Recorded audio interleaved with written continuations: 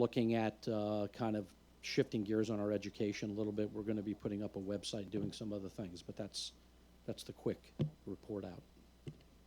Okay, thank you. That was Interfaith Criminal Justice. We want to move right into drug policy reform, and I know Michael Collins and earlier Jocelyn mentioned Jasmine Tyler, and welcome back to the fold. I just want to congratulate Jasmine because she is now the advocacy director, or director of policy, I think it is, advocacy director, U.S. Advocacy Director for Human Rights Watch. She was my colleague here at the Open Society during drug policy. Now she's Human Rights Watch. Let's give it up. Jasmine Tyler. So between Michael Collins and Jasmine, I don't know how you want to deal with drug policy. Do you want? Just the one thing is that Nikichi mentioned the transition memo, or the, what are we calling it? Roadmap. Thank you. The roadmap, and the Drug Policy Working Group in May submitted the drug policy chapter to the Office of National Drug Control Policy, ONDCP, the Drug Czar's office, for their open comment period for the annual drug strategy that they write. We also submitted it for information for the Chris Christie, Kushner, whatever thing that has been created but is not active and is being staffed by ONDCP. So that's how that document, for instance, has been used recently. But Michael, do you want to pick up from there?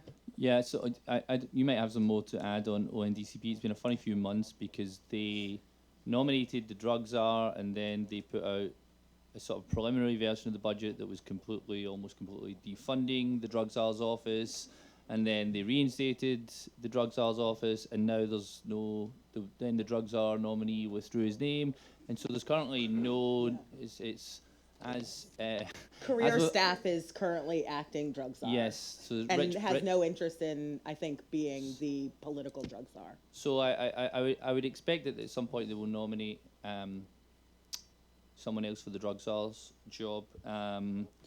So that's or not. That's it as far as ONDCP is concerned. On marijuana, like a number of developments, we're still waiting. We mentioned this sort of task force, which is concerning. We're still waiting on the Attorney General's office to issue new guidance for states that have legalized marijuana. You know, the Obama administration had this Cole memo that was essentially a hands-off approach. The thinking is that Sessions will take a different approach, but we don't know what exactly.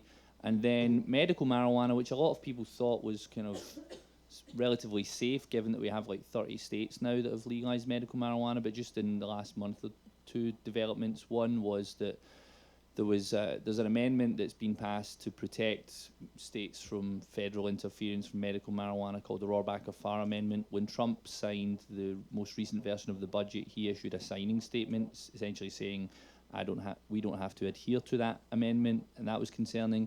And then yesterday, there was a leaked letter that Sessions had sent to the Appropriations Committee, essentially saying, don't bother including that amendment, I'm going to ignore it, and we don't like that amendment, etc., etc. So some worrying issues for medical marijuana as well as recreational marijuana.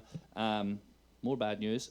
There was an announcement both in the President's budget and in the Federal Register that the DEA wants to have its own team of prosecutors to specifically prosecute drug crimes. Traditionally, that work has been done by U.S. attorneys, but the DEA, sort of under the guise of the opioid epidemic, is saying that they now want to have their own team of, I think, somewhere like 16 to 20 prosecutors that would almost exclusively do drug prosecutions. So just think of the damage that could do in terms of incarceration. Even more bad news. Last week, Senator Feinstein and Senator Grassley introduced a bill on synthetic drugs. Synthetic drugs are these kind of like variations of like fentanyl and heroin that are really plaguing the country in terms of overdoses. And this is a bill that would, initially the initial version of the bill that we had seen would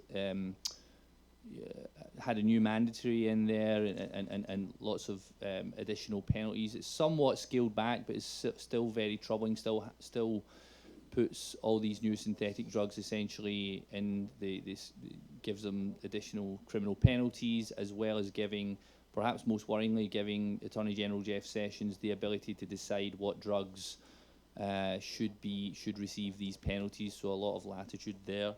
And yeah, that's pretty much it. Yes, Howard. Yeah, well, I have some cheerful news. Don Murphy of MPP did a head count for the first time ever.